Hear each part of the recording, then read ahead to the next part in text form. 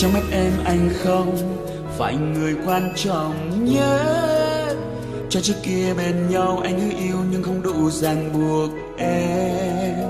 Điều đó khiến anh biết phân vân, điều đó đâu hay hỏi gì ngược lại càng đắn đo hơn.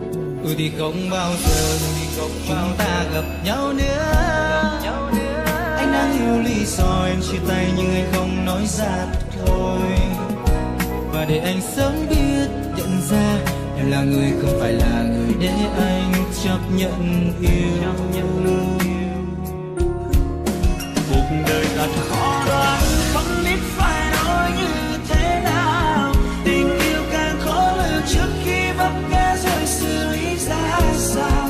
Cộng cùng quan điểm một người yêu sẽ không như mong muốn, ai cũng như ai.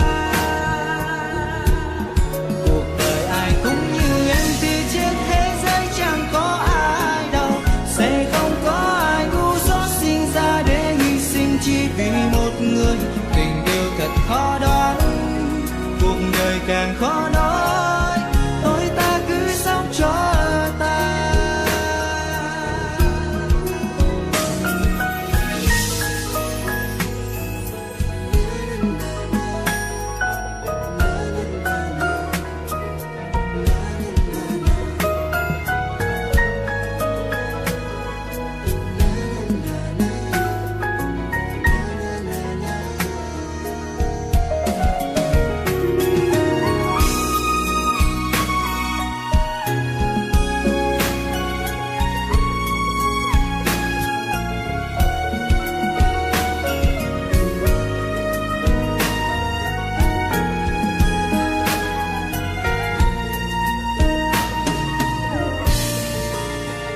Thì không bao giờ chúng ta gặp nhau nữa. Anh ấy hiểu lý do em chia tay nhưng anh không nói ra thôi. Và để anh sớm biết nhận ra em là người không phải là người để anh chấp nhận yêu. Vì anh khác thế. Cuộc đời thật khó đoán, không biết phải nói như thế nào. Tình yêu càng khó lường trước khi vấp ngã rồi xử lý ra sao. Cộng cùng quan điểm một người yêu sẽ không như mong muốn, ai cũng như ai.